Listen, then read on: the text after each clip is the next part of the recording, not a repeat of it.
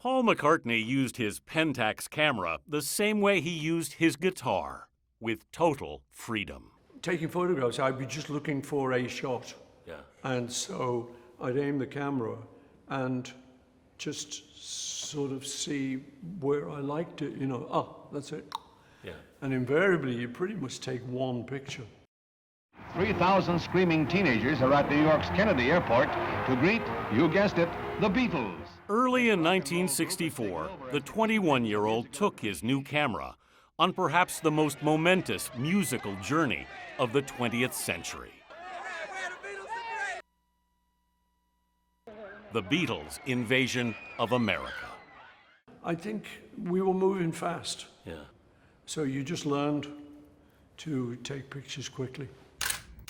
Hundreds of his photographs from that trip were recently rediscovered in McCartney's archive. It was really nice. Number one, because I thought they were lost. An exhibition of the images, collected in the book 1964, Eyes of the Storm, originated at London's National Portrait Gallery and is now on view at the Brooklyn Museum in New York. This picture was when we were arriving at, I think it was the Deauville Hotel in Miami. I think your quote in the book was, "I can almost hear her scream." Yeah, you can. The cop's got to restrain her, Well, I also love the cop in the foreground who just sort of looks puzzled by everything. I know. Yeah. I like the architecture. So do I. Of that I actually hotel. love it. But, as we were saying before, that had to be taken really quickly. Yeah. Just had to snap that. Yeah. But you have to have an eye to take that.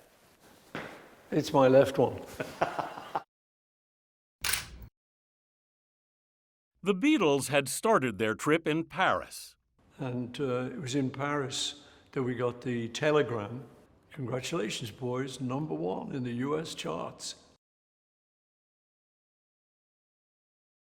In America, Ladies and gentlemen, the Beatles.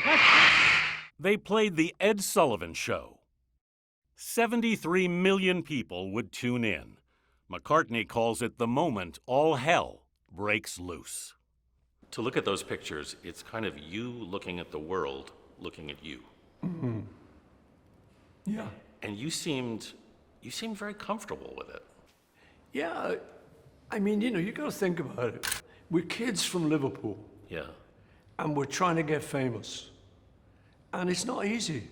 And we were like stars in America. And people loved us. So we loved it.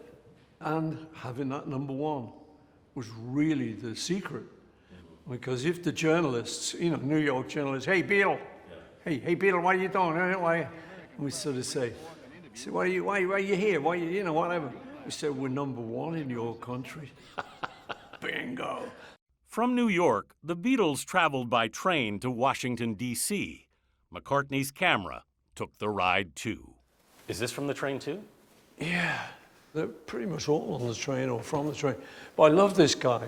He's like from where I'm from. He looked great. He's got his hand up like. He's got a little smile too, I think. Yeah, smile, yeah. It's a great moment. It's nice. It's a great memory, for me. So many of McCartney's pictures were taken on the move. You shot that from your car.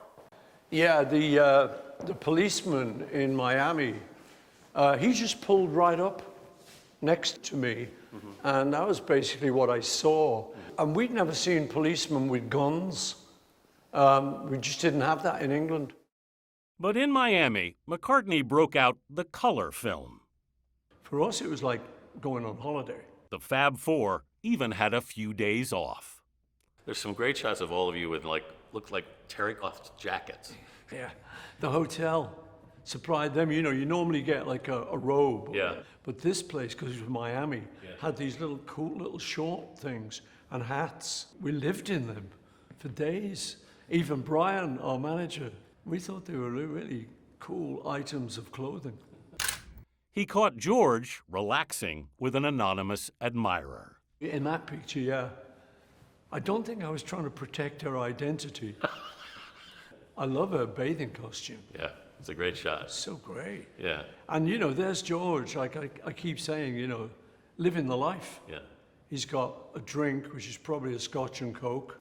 He's got a tan, girl in the yellow bikini. Yeah. From lads from Liverpool, that was exceptionally wonderful. And here they are, fresh from their triumphant appearances in the United States. 12,000 young Britons roar a welcome. Their shrieks rise. The band went back home to England in late February. By early April, the Beatles had the top 5 songs on the U.S. charts. McCartney writes, "We spent the months and years after holding on for dear life." Did you remember all of these when you saw them? Kind of. It was a very memorable period. I'm sure. Yeah. But there was so much going on, I'm amazed you could process it and keep it all. Yeah, so am I. So, you know, for me, it's like a little slice of American history. Yeah. And it's my history. It's the Beatles' history. So it was great to rediscover these pictures.